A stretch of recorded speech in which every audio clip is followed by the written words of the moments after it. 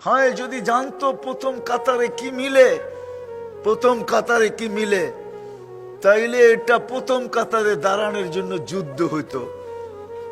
তারপরে আল্লাহ রসুল একটা হাদিস বলে দিছে, হায় যুবক যদি প্রথম কাতারে দাঁড়ায়, আর যদি মুরব্বী পিছনের কাতারে দেখলো, যুবক প্রথম কাতার ছেড়া মুরব্বীকে আগে বাড়ায়া দিল, 40 দিন পর্যন্ত সে প্রথম কাতারের সওয়াব আমল নামায় ফেরেশতা লিখতে থাকবে।